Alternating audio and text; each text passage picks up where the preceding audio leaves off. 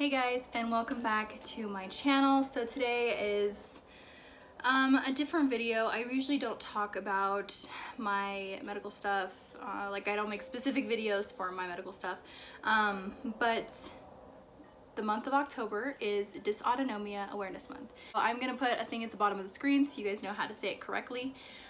So it is Dysautonomia Awareness Month, all month of October.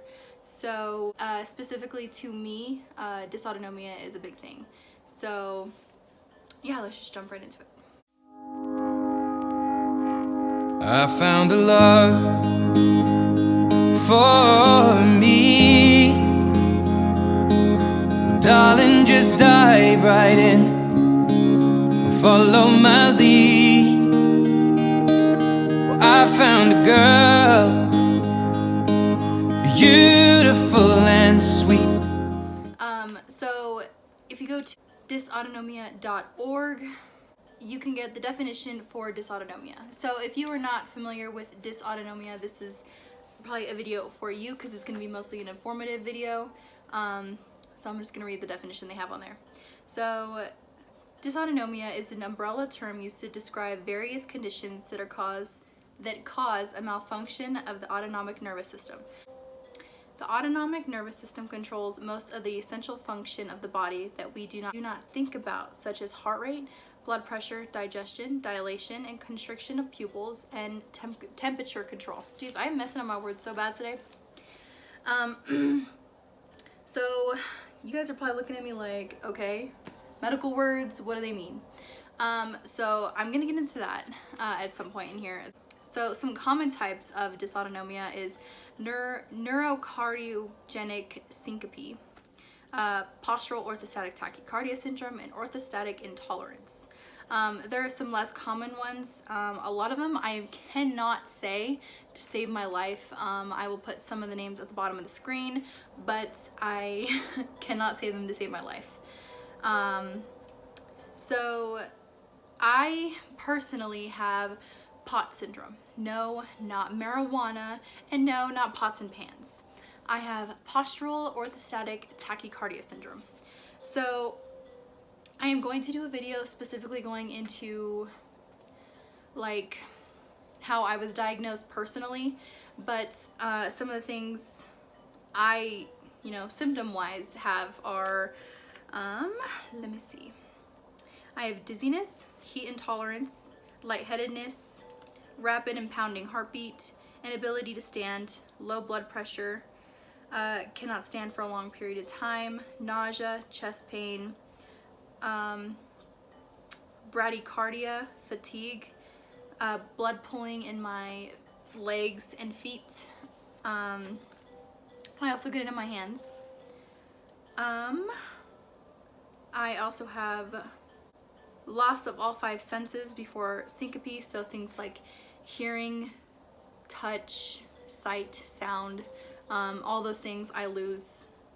Every single one of them, I'm like a blob at that point before I pass out, and I do pass out.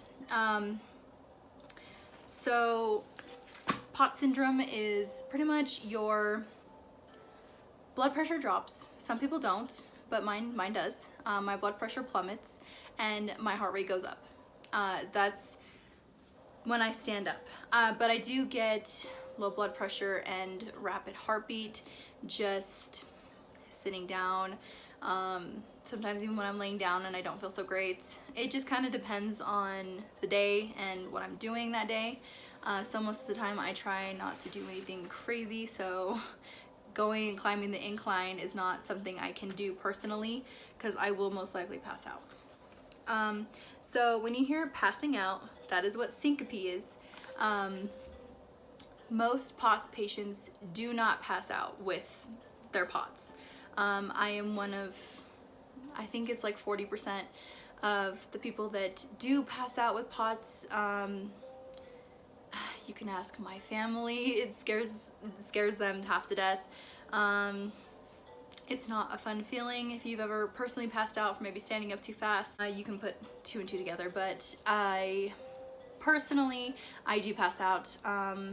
If you know my channel, you know that I am currently pregnant, and I have not passed out with this pregnancy. It's most likely because I have more blood volume right now than I usually do, because POTS patients have, I think, 30% less blood volume than a normal human being. So with that being said, currently there is no cure for dysautonomia. If you have mild dysautonomia, you can use medications, dietary changes, increased salt and water intake. I do not believe I have mild dysautonomia. I have a hard time finding any kind of medicine that does help me personally. I either have bad reactions to the medication or they just absolutely do nothing for me. So I'm still working with my cardiologist on that. But salt and water intake has not helped me either. A lot of people, if you just change, you know, all this stuff I've already mentioned, it does change your life. It just kind of depends on the person. Some people have it worse than others, and that is the problem with POTS. Personally, I have trouble finding a medicine that will help me. So dysautonomia is considered an invisible illness and a chronic illness. So an invisible illness is, you can't tell that we're sick. I mean, obviously you're looking at me and you're like, you're not sick. Don't even. I am. And I don't look sick. No, of course not. But we're all sick. And the thing is, everybody, some people go to the grocery store and see people parked in a handicap parking and they look like me and everyone's like, you're faking. I've seen people leave things on people's cars that say you're a faker, or people that are actually disabled need those parkings, things like that.